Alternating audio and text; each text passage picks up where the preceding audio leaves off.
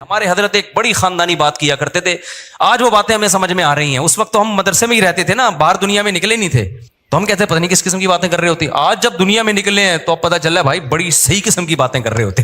حضرت فرماتے تھے دنیا کی محبت کے 2 شعبے، اصل میں تو 3 شعبے ہیں. جب ہم کہتے ہیں نا دنیا سے محبت نہ کرو، تو اس کے بہت سارے شعبے، لیکن میجر شعبے اس کے 3 ہیں. یہ 3 چیزوں کو کہا جاتا ہے دنیا سے. نمبر 1 حب باہ. باہ کا مطلب شہوت پرستی، ٹھڑک، لڑکیوں کو دیکھنے کا ہر وقت، فحش فلمیں کا، اور ہر وقت جو ہے نا حلال پہ کم بخت کو قناعت ہی نہیں ہو رہی ہے. کچھ ایسے ٹھرکی سوسائٹی میں ہوتے ہیں کہ نہیں ہوتے، کہیں کوئی انٹی گزر رہی ہو تو گھر تک پہنچا کے آئیں گے اس کو. اپنی بیوی سے بات کرنے کا ٹائم نہیں ہے، ہر ایک کی بیوی کو گھور گھور کے ان سے برداشت ہی نہیں ہوتا. اٹ از کالڈ ٹھڑک. یہ حب باہ کہلاتی ہے. کیا کہلاتی ہے؟ اس کو لفظ یاد رکھ لیں، حب باہ. باہ ہونی چاہیے. باہ کہتے ہیں مردانگی کو. یہ باہ تو ضروری چیز ہے صحت کے لیے. یہ نہ ہو تو آدمی شادی کیسے کرے گا، اولاد کیسے ہوگی، بیوی سے محبت کیسے کرے گا. لیکن باہ ایک حد سے آگے تجاوز کرتی ہے تو یہ ٹھڑک بن جاتی ہے. یعنی حب باہ کا اردو میں آسان نام لفظ کیا ہے اس کے لیے؟ ٹھڑک. نہیں یہ بات سمجھ میں؟ تو باہ تو ہونا ضروری ہے. اگر باہ ہی ختم ہو جائے گی تو پھر تو آدمی نہیں رہے گا نا، وہ تو پجامہ ٹائپ کی چیز بن جائے گا بالکل. لیکن حب باہ کہتے ہیں ٹھڑک کو. ایک ہوتی ہے ٹھڑک حد سے بڑی ہوئی. کہیں بھی کوئی لڑکی نظر آ رہی ہے تو ٹھڑک کے علاوہ کسی اور نیت سے دیکھتا ہی نہیں ہے اس کو. ہوتے ہیں ایسے سوسائٹی میں لوگ، ان کا علاج بھی کرنا پڑتا ہے، ان کو چھڑوانا پڑتا ہے، کچھ دن عورتوں سے دور رکھنا پڑتا ہے. کسی کو لڑکوں کی ٹھڑک بھی اللہ معاف فرمائے تو بہت ہی غلیظ ٹھڑک ہے، یہ بھی پڑ جاتی ہے کسی کو. تو اتنی ہو کنٹرول میں، شہوت کنٹرولڈ ہونی چاہیے. آپ کو حلال اور حرام کا فرق ہونا چاہیے. تو جس کے اندر یہ ٹھڑک ہے تو اس کو بھی تصوف کی اصطلاح میں کہا جاتا ہے یہ دنیا کی محبت کا مریض ہے. ہوتے ہیں کچھ لوگ ایسے، نماز بھی پڑھ رہے ہیں، روزے بھی رکھ رہے ہیں، زکاتیں بھی دے رہے ہیں، اللہ اللہ بھی کر رہے ہیں، مگر کہتے ہیں بھائی عورت ہماری مجبوری ہے. بھائی وہ کیا کہتے ہیں بھائی؟ تو بس وہ کہیں بھی ایسے میں نے دیکھا کاؤنسلنگ کرنے والے نیک لوگ کسی خاتون کو سمجھا رہے ہیں کہ اپنے شوہر سے محبت کرو. اتنی محبت سے سمجھایا کہ عورت کو اس سے محبت ہو گئی، کیونکہ اس مرد کے اندر ٹھڑک تھی. یہ سمجھاتے ہوئے اس کی نیت کیا تھی؟ خراب. بعض لوگ ہوتے ہیں تمیز سے سمجھا رہے ہوتے ہیں، ایسے ایٹیٹیوڈ عورت کے سامنے پیش کر رہے ہوتے ہیں تو عورت اس سے متاثر ہو جائے. تو بتاتے نہیں ہیں کہ ہم برے ہیں، لیکن ایٹیٹیوڈ سے لگتا ہے کہ بھائی تم 2 نمبر آدمی ہو. تم کیا ہو؟ ایک آدمی کہا میں کسی داڑھی والے کے پاس اپنی بیگم کو لے کر گیا تاکہ وہ میری بیگم کو سمجھائے. وہ داڑھی والا کہہ رہا ہے آدھا گھنٹہ تک میری بیگم ہی کو دیکھتا رہا ہے کم بخت. کہہ رہا مجھے اتنا غصہ آیا. تو میں نے کہا تم پہلے تحقیق تو کر لو کہ کس کے پاس لے کے جانا ہے، کس کے پاس لے کے نہیں جانا. سمجھواؤ اس آدمی سے رہے ہو جس کے بارے میں خود خطرہ گئی. اتنا نہ سمجھا، ایسا نہ ہو یہ سمجھا کے اپنے ساتھ ہی لے جائے. بعض لوگ سمجھانے کے لیے گھر پہنچ جاتے ہیں. تو ٹھڑک کہ بھائی جو اللہ نے آپ کے لیے بنائی ہے وہ آپ کی ہے، باقیوں سے نا امید، ختم، ہماری کچھ نہیں لگتی، ایسی کی تیسی جاؤ بھائی. یہ ٹھڑک جس دن ختم ہو گئی تو اس کا مطلب دنیا کی محبت 1/3 آپ کے اندر ختم، 1/3 آپ انسان کے بچے بن گئے. دوسرا شعبہ حب مال، پیسے کی ٹھڑک. پیسے کی محبت بری نہیں ہے، یہ نیچرل ہے، کیونکہ پیسوں سے بہت ساری ضرورتیں پوری ہوتی ہیں انسان کی. محبت نہ ہوگی تو کمائے گا کیسے؟ ایک آدمی کو نوٹ اچھا ہی نہیں لگتے تو وہ صبح جائے گا کمائے گا، مزدوری کرے گا وہ. تو اسلام نے یہ نہیں کہا کہ پیسے سے محبت نہ کرو. وَإِنَّهُ لِحُبِّ الْخَيْرِ لَشَدِيدٌ. خیر کہا اللہ نے، اس سے بے شمار ضرورت پوری ہوتی ہے.